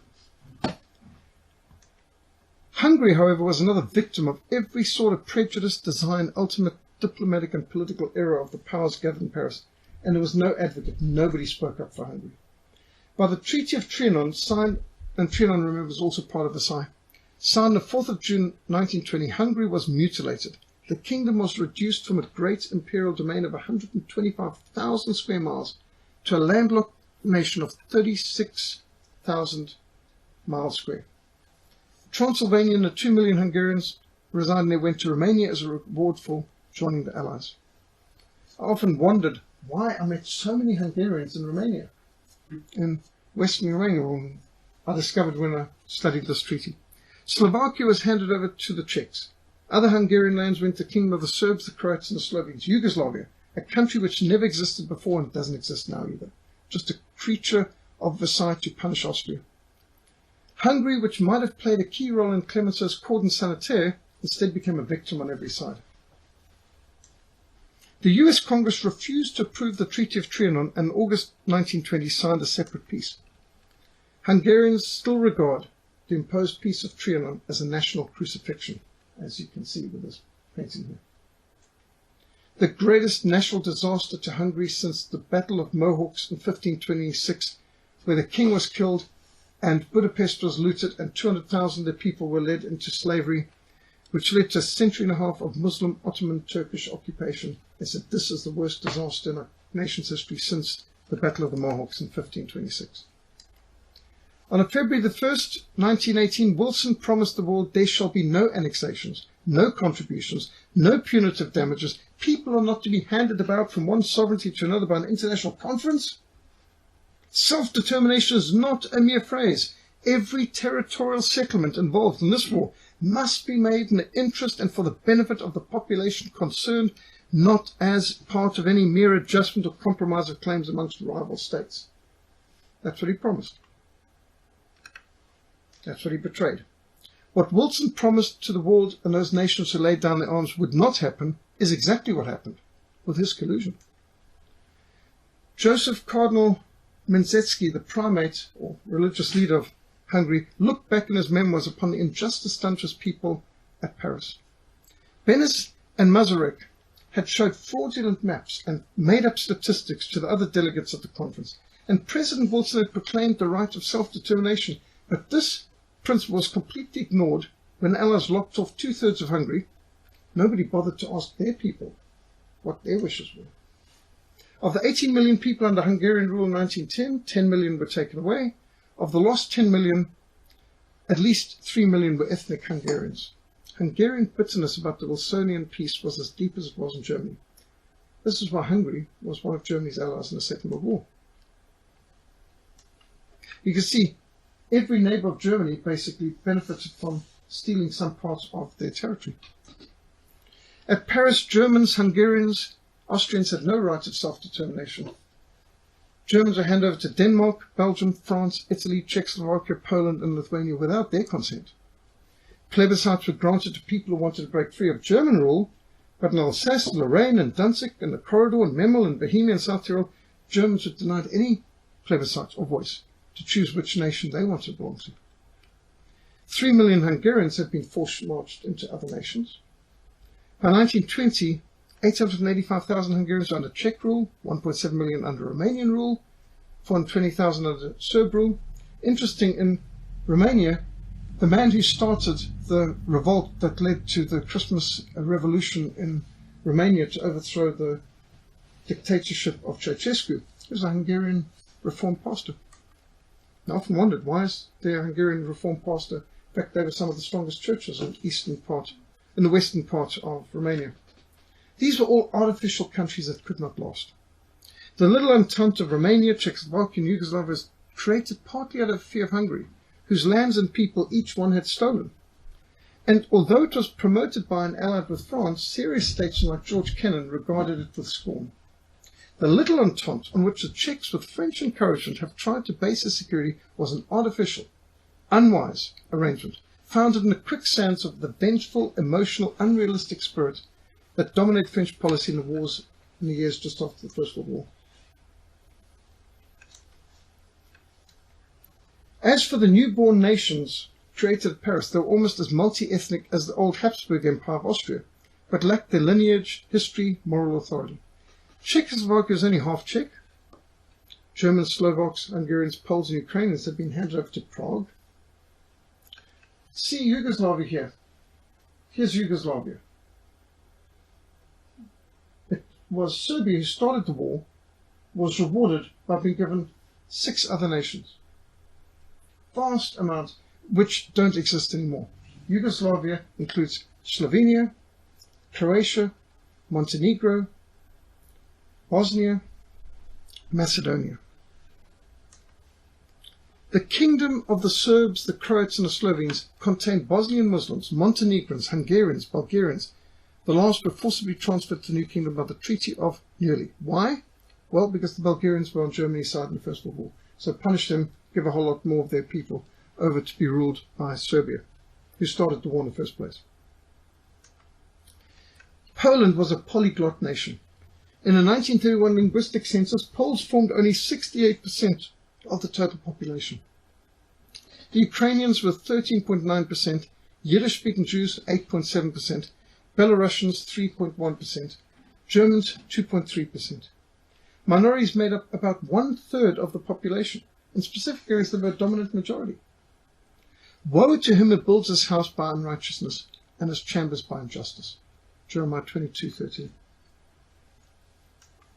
Like the Czechs, the Romanians would emerge as one of the great winners at Paris. Wedged between the Allies, Serbia and Tsarist Russia and the Austro-Hungarian Empire, Romania began the war as a neutral. But in August 1916, after receiving a secret offer of Transylvania and the Banat to be taken from Hungary, Bucharest joined the Allies. This is how the British got the Italians to change from being a German-Austrian ally to being a British ally, because they said, we'll give you Tyrol if you'll join us. Now, it's one thing to offer something from yourself, but to offer something that doesn't even belong to you doesn't seem particularly honest. And so Romania was offered vast amounts of Hungary if they would join him. Prime Minister Ian Rathenau, who had negotiated the secret treaty, had been assured of Russian military aid, which never came. By year's end, 1916, Austro-Hungarian and German armies occupied Bucharest. Not until the final weeks of the war did Romania rejoin the struggle. Yet Bratnia and Queen Maria, and this Queen Maria is actually a granddaughter of Queen Victoria, first cousin of George V. She arrived in Paris to demand full payment for having fought on the side of the Allies, although Bucharest had actually violated Article 5 of the 1916 treaty by concluding a separate peace. And so this was Romania, the yellow part. This big blue part is what was just added to them out of Hungary as a reward for having fought on the side of the Allies. Between them, Bratnia and Queen Maria succeeded in doubling the size of Romania. They received Transylvania, which, by the way, is where Dracula comes from, Count Dracula, the eastern Banat from Hungary, Bessarabia from Russia, northern Dobruja from Bulgaria, and Bukovina from dismantled Habsburg Empire. Western Banat went to the kingdom of the Serbs, Croats and Slovenes, what we call Yugoslavia, polyglot nation, 43% Serb. So the Serbs who ran it were even a minority. 23% Croat, 8.5% Slovene, 6% Bosnian Muslim, 5% Macedonian, 3.6% Albanian, and the rest Germans, Hungarians, Jews and Gypsies. Planting the seeds of a second European war. So it was that the men of Paris redrew the maps of Europe and planted the seeds of a second European war, which would be even more vicious. The winners at Paris were the Czechs, the Romanians, the Poles, and the Serbs. They all gained at the neighbors' expenses. The losers were the Austrians, the Germans, the Hungarians, the Bulgarians, the Ukrainians, and the Russians. The Italians also felt cheated of what they'd been promised in the Treaty of London. They hadn't been given all that they'd been promised. The Poles felt they'd been denied cession because of favoritism to the Czechs.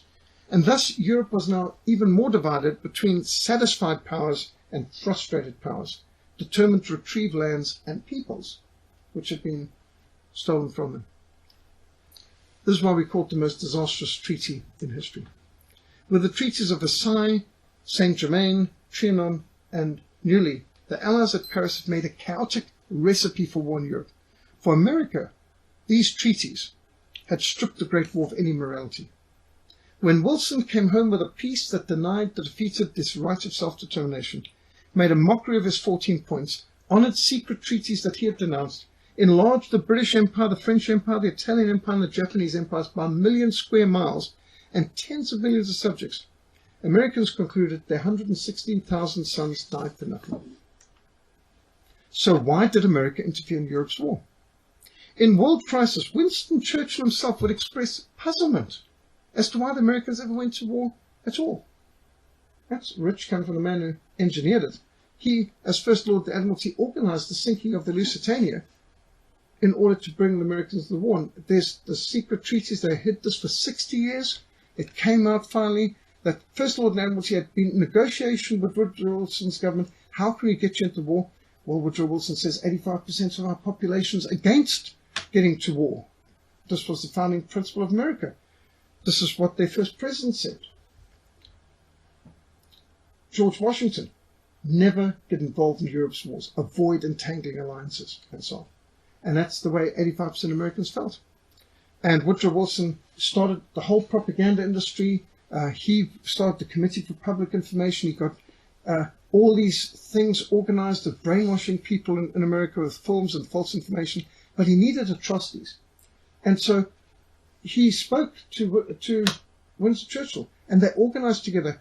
They have to sink a ship that's got a lot of Americans on it. There's got to be a lot of loss of life in order to justify.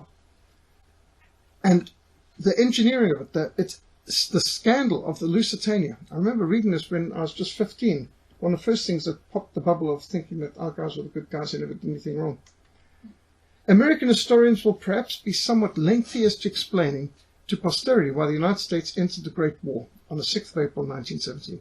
There were plenty of reasons of high policy for America staying out of the war in 1917 after waiting so long. Well, history's proven them right at that point. You shall not follow a crowd to do evil, nor shall you testify in a dispute so as to turn aside after many to pervert justice. Exodus 23:2. Lloyd George, the British Prime Minister, sensed the tragedy the Allies were setting in train, perhaps with Burke in mind, who had said magnanimity, or gracious generosity, in politics is not seldom the truest wisdom. In other words, the best policy is to be generous, to be gracious. He retired to Fontainebleau on the last weekend of March and wrote one of the most prophetic documents of the century. You may strip Germany of her colonies, reduce her armaments to a mere police force, and a navy to that of a fifth-rate power. All the same, in the end, if she feels that she has been unjustly treated in the peace of 1919, she will find means of exacting retribution from the conquerors. Injustice, arrogance displayed in the hour of triumph will never be forgotten or forgiven.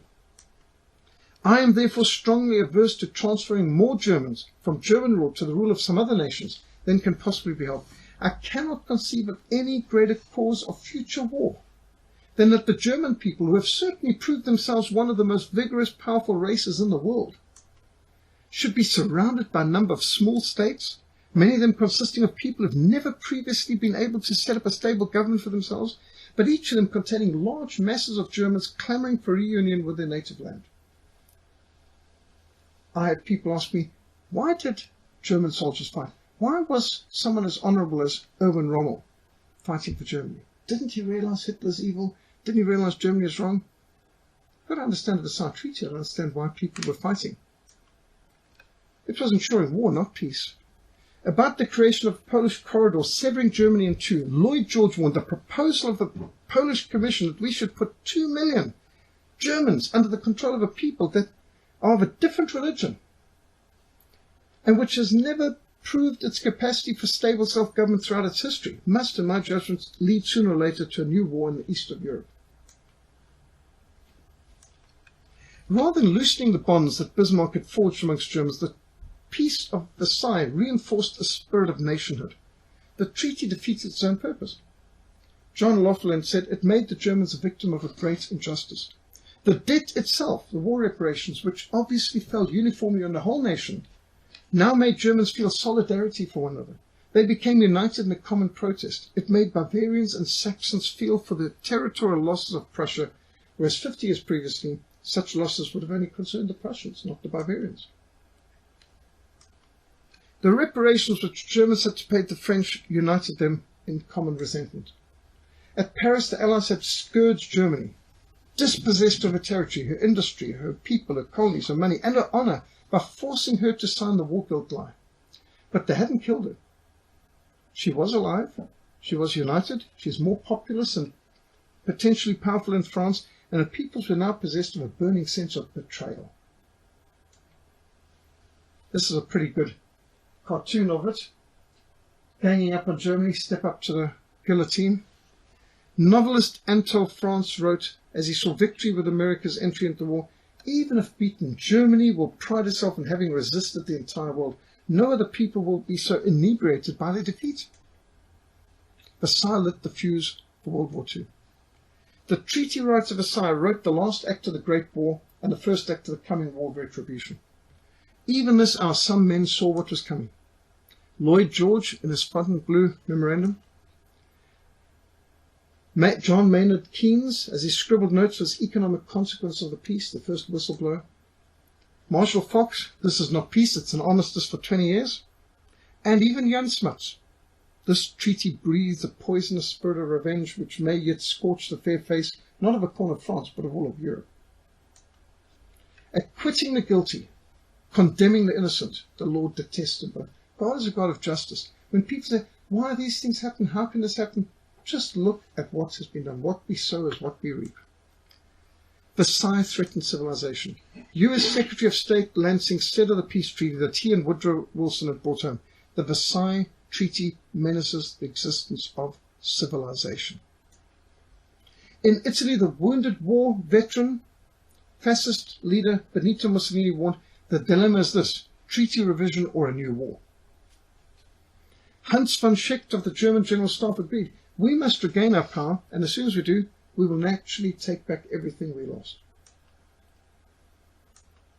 Versailles created not just an unjust but an unsustainable peace. Wedged between a brooding Bolshevik Russia and a humiliated Germany were 6 new countries: Finland, Estonia, Latvia, Lithuania, Poland and Czechoslovakia.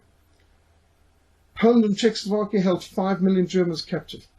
Against each of the 6, Germany and Russia had a grievance. None of these little countries could defend their independence against a resurrected Germany or a revived Russia. And should Russia and Germany ever unite, no force on earth could ever save those 6 countries. The British Empire came out of Paris the greatest beneficiary. The Hohenzollern Empire of Germany had collapsed. The Romanovs of Russia had collapsed. The Habsburgs of Austria had collapsed. Even the Ottoman Empire had collapsed. Never before in history did you have 4 great empires collapse at one time, in one year. The challenge of Kaiser Wilhelm's Germany that had surpassed British production in steel and manufacture in 1914 was history. Germany was no longer a great power or an economic threat to Britain. The High Seas Fleet, the greatest threat to the Royal Navy since the Battle of Trafalgar, had committed suicide at Scapa Flow. Britain had taken over Germany's Atlantic cables, most of the merchant fleet. Germany's island in the South Pacific now were given to Australia and New Zealand. German South West Africa had gone to South Africa. Tanganyika had become a British mandate. Cameroons and Togoland were divided between Britain and France. Mesopotamia and Palestine taken from the Turks, given to Britain. Out of the war fought to make the world safe for democracy. That's what they said. The British Empire just added almost 1 million square miles and many millions of subjects. Lord Curzon declared, the British flag never flew over a more powerful, more united an empire than now. Britain's never had better cause to look the world in the face, never did our voice count for more in the Council of the Nations or determine the future destinies of mankind. But Psalm 37 verse 16 says, a little that a righteous man has is better than the riches of many wicked. I think Switzerland's better off than the British Empire.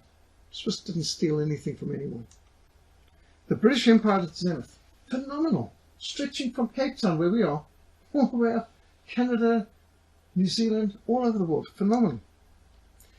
After treaties of Versailles and Severus had been imposed on the Germans and the Turks, you could walk from Baghdad and from Kuwait to Cairo, turn south, walk the whole length of Africa without needing a passport, without leaving a British protectorate, colony or protectorate. You could drive from Cape Town to Cairo without a passport or go by train. The dream of Cecil Rhodes, the Cape to Cairo Railroad, could now be built without asking for transit rights from any other power than a fellow member of the British Imperial Conference. In 1921, Jan Smuts, now Prime Minister of South Africa, told his fellow Prime Ministers of the British Empire, emerged from the war quite the greatest power in the world, its only unwisdom or unsound policy that could rob her of that great position. But he who passes by and meddles in a quarrel not his own is like one who takes a dog by the ears, or mangles with a mother bear and takes her cubs. The British gains had not come without cost. The war had proven a disaster. Norman Englewood predicted in his 1909 The Great Illusion. The total number of fatalities for the British Empire as a whole finally came out at 921,000. The originator of the Imperial War Graves Commission calculated that if the dead would march abreast down Whitehall, the parade past the cenotaph, the memorial for the dead, would last 3.5 days, marching 24 hours a day, non-stop, at speed. The highest casualty rate being amongst young British officers, striking home with all the leaders of Britain's great parties. Cape Town's mayor lost his son. Several of our aldermen did. At my school in Bulawayo, I looked every day. Massive, taller than our floor-to-ceiling here, boards with the names of old boys of Milton High who had died in Britain's war in France and in Belgium. Eton, the walls just full. Oxford, Cambridge, masses of them. The amount of young boys who died in the First World War. When I went to Ypres and visited the grave, just 6 of the graveyards, and there's 156 in 10-mile radius of Ypres, I saw the name Hammond 64 times on the walls. When I went to the War Graves Commission, they looked on their computer and said 480 Hammonds died in the First World War. 480 of our family name. British debt was 14 times what it had been in 1914. While it appeared to the world that the British Empire had made out wonderfully well, Britain had sustained losses, tangible and intangible, for which she had never recovered. It wasn't just the loss in manpower. And remember, each person who died, all the children they would have had and grandchildren would have had, also get snuffed out. So the loss is colossal. But the honour of Britain was the most shattered. Charles Mee, whose grandfather lost all 10 brothers in the war, wrote in his book on Versailles, not only had there been a collapse of the political order in Europe, but the war had discredited the rhetoric of national pride, honour and sacrifice, as well as faith in the notions of reason, progress and humanism. Not even did the notions of God or representative art or Newtonian physics seem to be in good repair. The modern Western civilization that had grown up since the Reformation was under siege from outside and from within, and offered scant support to the disintegrating political order. It is the greatest catastrophe in the history of civilization. A generation had been decimated on the battlefields of Europe. No one had seen the likes of such slaughter before. The deaths of soldiers per day in battle were 10 times greater than the American Civil War, which before this was the bloodiest conflict in the history of Christendom. There was the loss of moral authority. How could British and Europeans who had asserted, they just concluded 4 years of butchering one another with abandon, how could they assert a moral authority that gave them the right to rule other people? You see, up till then, people had respected the West. The West had come and stopped cannibalism, slavery, intertribal genocides. They were so much more moral, so much more organized, so much more efficient, so much kinder. They were Christian. And so people all over the world recognized, well, of course, the Europeans should rule. They're Christian, they're efficient, you can't beat them either. But with the Turks' defeat of the British and the French at Gallipoli, word went out to the Arab world and Asia, Europeans are not invincible. Awe of Western military prowess and power had been irreparably damaged in the eyes of their subject peoples, and respect for Western invincibility had been destroyed. Do not strive with a man without cause if he's done you no harm. Britain could still be ruling a large part of the world. Europe and Africa could still be in partnership. We didn't need to go through all the chaos. But the First World War destroyed the moral authority. What right do you have to rule any other people when you've just been killing your own people by the millions? It planted the seeds of revolution. Wilson's call for self-determination and Lloyd George's claims to respect the rights of small nations had been heard beyond the German, Austro-Hungarian and Ottoman empires. The genie of nationalism was now at the bottle. And Lord Balfour had just promised the Jews a homeland in Palestine if they would get the Americans involved in the war. He wrote that letter to Lord Rothschild. To defeat the Turks, T.E. Lawrence had stirred the smouldering embers of Arab nationalism, and he promised the same territory that Lord Balfour had promised to the Jews, he promised to the Arabs. And not a day passed that some popular leader didn't arrive in the lobby of Wilson's Hotel in Versailles to plead for independence for a province or a colony that he had never heard of. At Paris, British diplomat Harold Nicolson spoke of the sense of a riot in a parrot house. Look at this interesting one. Here you've got Woodrow Wilson leading the choir to sing Everlasting Peace, but Japan's got Pacific Control in his back pocket, England's got Great Fleet, France has got Franco-American Alliance, Italy's got Greater Italy, and they're all singing for everlasting peace, but they've all got a hidden agenda. A chastened Woodrow Wilson returned to tell American Congress, when I gave utterance of those words, all nations have a right to self-determination, I said them without the knowledge that nationalities existed which are coming just day after day. The rights of all peoples to self-determination, to which the Allies paid homage at Paris, was an axe that would strike at the roots of every Western empire, including the French and the British. By the time Lloyd George returned to London, Ireland was in revolt. Rebellions had broken out in Egypt, Iraq, and India. And then there was the rise of America as a superpower. While Germany had been diminished, a more formidable rival had now arisen in America.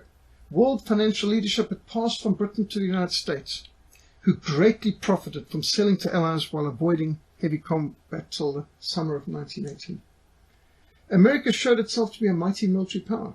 They'd gone from 300,000 men in arms in 1917 to an army of 4 million, 2 million of whom had been shipped to France, where they'd been decisive in the final results. Britain's policy for centuries had been, we've got to be more powerful than the two other greatest navies in the world combined. Now, Britain stopped building warships in 1918, and the Americans had only begun, and they haven't stopped since. By 1921, the United States had become the first nation in a century to achieve naval parity with Great Britain, and they've eclipsed Great Britain's navy, which is the very reason Britain Copenhagen the fleets in Denmark and blew up the French fleet and things, even when they were the Allies. They could never allow another fleet to equal him.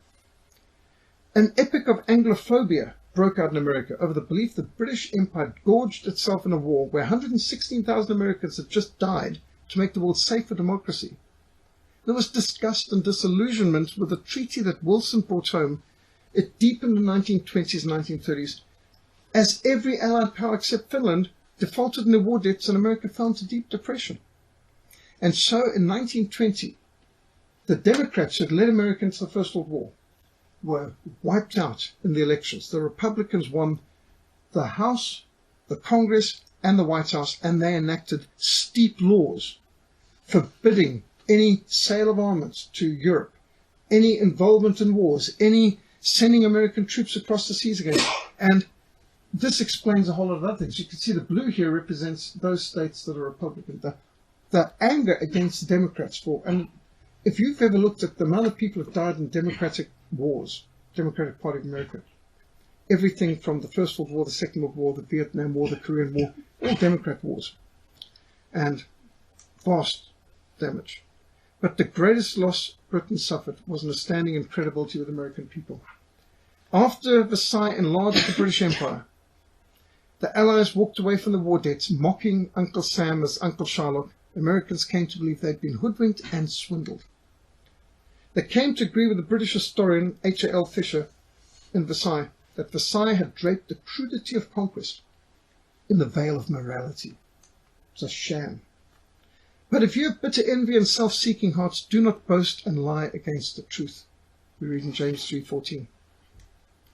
France and Britain got the peace they wanted. 20 years later, they would get the war they'd invited. And the next time Britain rang for help, America would take a time answering the call. The Yanks would not be coming over until France had been overrun, Britain had been thrown off the continent of Dunkirk, because America's bitterness at the belief they'd been played for fools was something the British never understood. Britain had cut the transatlantic cables. The Lusitania had been carrying military contraband. The tales of German atrocities in Belgium had been lies. The British had sent black and tans to shoot down Irish patriots. Americans had been deceived by lying British propaganda into sending our boys into a war to pull Britain's chestnuts out the fire. These are just quotes of American opinions. And something new and ominous had come out of the war. The Russia of the Romanovs was gone. Atop the largest nation on earth was a grisly gang of Bolshevik terrorists committed to world revolution and the destruction of all Western empires and nations. While the Christians of the West were busy killing one another, something new and more sinister than the world had ever seen before had arisen. In March 1920, after a trip to Europe, Churchill was warning in what Lloyd George called one of the great prophetic documents of European history, that we must have peace with the German people and war on Bolshevik tyranny. Interesting that Churchill saw this. We may be within measurable distance of a universal collapse and anarchy across Europe and Asia. You ought to tell France that we will make a defensive alliance with her against Germany, if and only if she entirely alters her treatment of Germany. Next, you should send a great man to Berlin to help consolidate the anti-Spartacist, anti-Ludendorff elements into a strong left-center bloc. You need two levers. First, food and credit, which must be generously accorded in spite of our own difficulties, otherwise it will worsen. Secondly, early revision of the peace treaty by a conference to which the new Germany shall be invited as an equal partner in rebuilding Europe. Because red revolutions were filling the vacuums in Central Europe. They should have seen this. What alarmed Churchill was the prospect of civil war in Germany leading to a dictatorship of left or right. Communist coups had briefly succeeded in Budapest, Bavaria, and in Berlin. And these had only been suppressed by the German Freikorps, the German Free Corps. There was a fear that there could be a dictator rising, because you take the Kaiser down, who's going to fill the vacuum? You've got to think about this. There was a communist threat to all of Europe. This is in Berlin, a communist rally in 1918. 1918. This is the backdrop. The communist threat was real. They just killed the Tsar and his whole family. They were murdering millions in Russia. That's the context. And the Kapp Putsch, the attempt to seize power in Berlin in 1920, was blocked only by a general strike. Germany was so prostrate she could no longer fulfill her ancient duty to protect Europe, Central Europe, from the Russians. Yet Churchill recognized the danger of the regime of Lenin and Trotsky. He repeatedly urged the Allies to kill the viper in its crib. So accurate was Churchill on this threat that a subsequent support of Stalin seems inexplicable and inexcusable. It's not that he didn't recognize, he suppressed his principles when it came to making alliance with Stalin. It was a Carthaginian peace. The world being thrust into ruin. And he laid responsibility for the vindictive treaty at the foot of Woodrow Wilson, making the world safe for democracy. I wonder whether in this reactionary peace, the most reactionary since Scipio Africanus dealt with Carthage, Wilson still hears the mute appeal of the people to be saved from the coming war. What a ghastly tragedy this is. Carthage, torched, pillaged, its soldiers put to the sword, its women violated, its children sold into slavery, vanished from history. Is this to be the fate of Eastern Europe? There is a way that seems right to man, but its end thereof is the way of death. You've got to recognize that Germans were seen as liberators in Eastern Europe. That's what I learned when I started ministering across Romania and Bulgaria and Hungary. To understand the German outrage, see it through their eyes. They weren't defeated on 11th November 1918 when they laid down the arms. Not an Allied soldier stood in German soil. They had liberated a vast swathe of territory, liberating everywhere from Ukraine, Latvia, Lithuania, Estonia. In the east, the map to the military situation showed the Germans all the way down to the Don, the Rostov. They'd liberated the whole of Ukraine. And yet, Versailles and the Allies handed it all back to the Soviets. And tens of millions died as a result of the revision of Brest-Litovsk. German troops held the Crimea. They were stationed Transcaucasia between the Black Sea and the Caspian Sea, just north of Turkey. Germany had just applied to the prison house of nations in the Russian Empire the Wilsonian principle of self-determination. They let the captive people go free. They did not do much different from the map, from what the map looks like now. Finland today is free. Estonia, Latvia, Lithuania, Belarus, Ukraine. These areas, and Georgia even, which are countries that Germany gave freedom to in 1918. But the Allies reversed it, and the people suffered another 70 years of hell under communism as a result of the Allied Versailles Treaty reversing the Treaty of Brest-Litovsk. Germany accepted an armistice on the base of 14 points, which were all violated, every one of them. Every single one of these points had been violated by Wilson. He called in point 1, open covenants, openly arrived at, but he was happy to honor all the secret treaties that he'd condemned. Secret treaties with Japan, secret treaties with Italy, handing over these territories without a concern.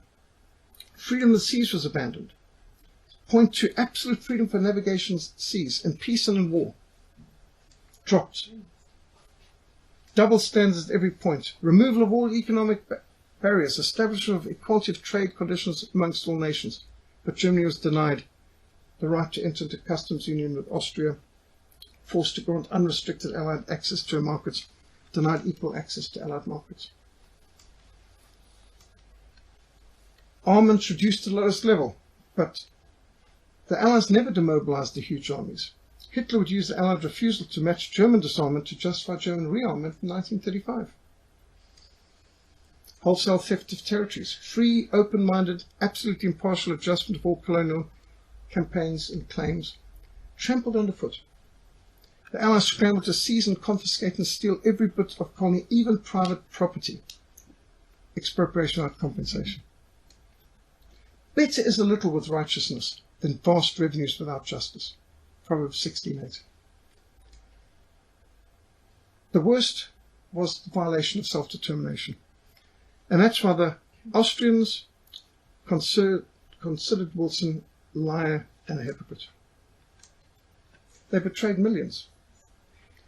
And all of this ensured conflict with Germany and with Russia in the future. Destruction comes when they seek peace, but there will be none. Fraud and failure. There wasn't a treaty or promise or point made by Woodrow Wilson that wasn't violated. And therefore, the joint session of Congress never did a better day's work than when they refused to ratify this treaty. It's a parody of what was actually done, all the things that he promised. There wasn't a promise Wilson made that wasn't broken, not a principle he did not violate. The way of peace they have not known, and there is no justice in their ways. They've made themselves crooked paths. Whoever takes it way shall not know peace. Dishonorable and disastrous. And that's why the US Senate refusing to enter the League of Nations, refusing the Treaty of Versailles, voting out Wilson and every one of his criminals and the whole Democratic Party, it was the right thing to do. This is a good illustration too, taking the quills of the pens and driving it into the embodiment of peace. It burdened Europe. Here's another good picture where here's the leaders of the nations, Russia, Italy, Britain, France, and they're sowing seeds of future wars in the Eastern Hemisphere and the Western Hemisphere. Lloyd George said we'll have to do the whole thing again in 25 years at 3 times the cost. He's wrong. More like 30 times the cost. The dilemma was the goals were irreconcilable. You couldn't have Wilson's ideals and Fox's demands. You can't have a truncated, disarmed Germany way down with reparations. Wilson promised a peace with no victors, no vanquished. The victor can have vengeance or he can have peace, but he can't have both. A wrathful man stirs up violence.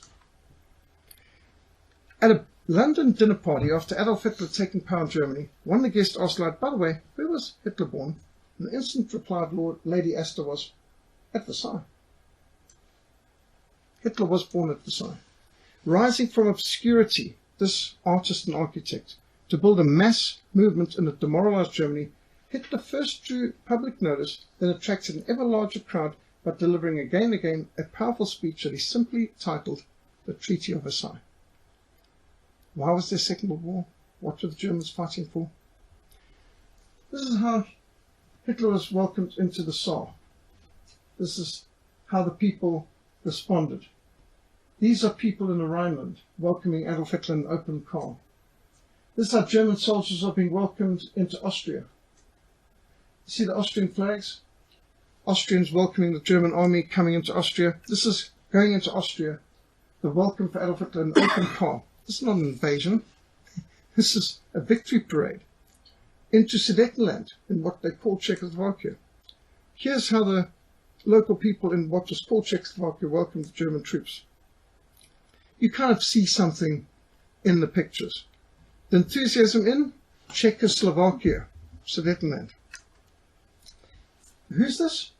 The Welsh witch, Lloyd George, one of the architects of Versailles, who said Adolf Hitler is the greatest leader of the 20th century, and praising him and saying that if Britain ever was defeated, I hope we would have someone like Adolf Hitler to raise us up again. And he supported even reversing of Versailles, which he had drawn up himself. And here you come back to, this is the car, the railway carriage, in which the armistice was signed. It was in a museum. And so what did the Germans do after they beat the French in 1940? They brought it out of the museum, brought it back to the exact spot where they'd been forced to sign the armistice 11th of November 1918, and they forced the French to sign in that same carriage in the same place. You see symbolism. It means everything. Hitler dictates terms in 1918 coach. It was a much nicer treaty, though, than what they had signed. He didn't ask for the French Navy or anything like that. On the 8th of April 1945, Churchill, in a memo to the Foreign Office, traced the origins of the unnecessary war back to Versailles and to Woodrow Wilson. This war should never have come unless, under American and modernizing pressure, we had driven the Habsburgs out of Austria and the Hohenzollerns out of Germany. By making these vacuums, we gave the opening for the Hitlerite monster to crawl onto the vacant thrones. No doubt these views are very unfashionable. The men of Versailles brought home the peace of vengeance the people wanted. Their children would pay the price for their having failed to bring home a peace of justice. That price would be 50 million dead in the war that would come out of the Hall of Mirrors in the Palace of Versailles. One of my best sources for this study and presentation is Churchill, Hitler and Unnecessary War, How Britain Lost Its Empire and the West Lost the World by Patrick Buchanan. John Maynard Keynes, Economic Consequences of Peace, excellent. Peacemakers, interesting. Versailles, The End of the War to End All Wars by Charles Mee. The Hall of Mirrors by David Sinclair. Henry Kissinger, Diplomacy. I must say he's got to be the worst source because he really lights Versailles. But you've got to know what the other side says too. Peacemaking, also not a good book. End of Order, Versailles, 1990 by Charles Mee, good book. A.J.P. Taylor, excellent book, The First World War, Understanding It. So these are, my notes are on the table. These are some of my sources. And facts are stubborn things. So any questions, any comments? I just remember when at school we were talking about the Second World War, the First World War and everything. Then they explained like what Germany had and everything. And then when we asked why did Germany's property get seized, taken and given someone else, our teacher just told us because Germany killed a lot of Germans killed a lot of people. So. Oh, that's a Hollywood answer. So violence. They actually were they killed a lot of people. That's why the colonies were taken from them. Yeah, like the French and the Belgians never killed any people. Yeah, I've heard this from so many military veterans. If only we'd known what would become of our countries, we wouldn't have fought against each other. We would have fought together, side by side. Yes, any other comments or questions? I believe that they really wanted to start the war. Apparently there were 3 assassination attempts on the first Duke before they got him. 2 and then the third one. Yes. I think it was on the same day. Next week, I've got a much shorter presentation. It's a lot simpler. It's the assassination of Sarajevo, which is, and it's an incredible story. But that's what started the war. And most people have forgotten what started the war. But I know this is colossally big, but you see, next week, Friday, when we're having our next open day, is the 100th anniversary of the Versailles Treaty. So I want this video out and up. And I know that this is a marathon race of a huge but a colossal subject. But next week, I also want to get out in time for the 28th, again, the assassination of Sarajevo, something I dealt with 5 years ago. But to get a video of it that we can share around for people to understand exactly what led to it. And the Soviet communists who started the war, their intention, and there was a whole lot of these assassins. And there were several bomb-throwing attempts earlier. And this assassin with a bullet, he's only 18 years old, assassinating, and he is never repentant. He always... he died of tuberculosis or something several years later, before the end of the war. But Austrians couldn't execute him because he was underage. They couldn't give the death penalty to somebody under 20. He's 18 years old. He had just murdered a husband, wife, in cold blood, and the Austrians still didn't even execute him, which you would have thought, well, honestly, you commit an adult crime, you should take an adult penalty. But he never felt that he'd done anything wrong. That's how much they've brainwashed him. This is how people, and I know we've got people like this involved in the farm tortures and the racist murders and so on. A lot of these terrorists actually think that they're just. When Sean spoke to the terrorist Kyle McCormack, who machine gunned the people in St. James Church in prison, he thought he was a hero. He was a Christian who'd go to heaven because he had killed racists in the struggle. It's amazing how people's minds can be so twisted, they can be so deceived, even demon-possessed in cases, to actually believe what they're doing is right when it's absolute evil. We must never trust ourselves either. That's why we've got to bring every thought captive to the Word of God. So was Hitler not the culprit in killing the many Jews? Well, that's another subject. The point is, Hitler would never have had a chance to even get into power if it hadn't been for the Versailles Treaty that created the conditions of the people's frustration. And so, whether you like or don't like, agree with or don't agree with, loathe or anything, you've got to recognize what Winston Churchill said, that there wouldn't have been a vacuum into which he could have stepped if they hadn't created it with this vindictive, short-sighted, counterproductive treaty. Yeah, that's a totally different story.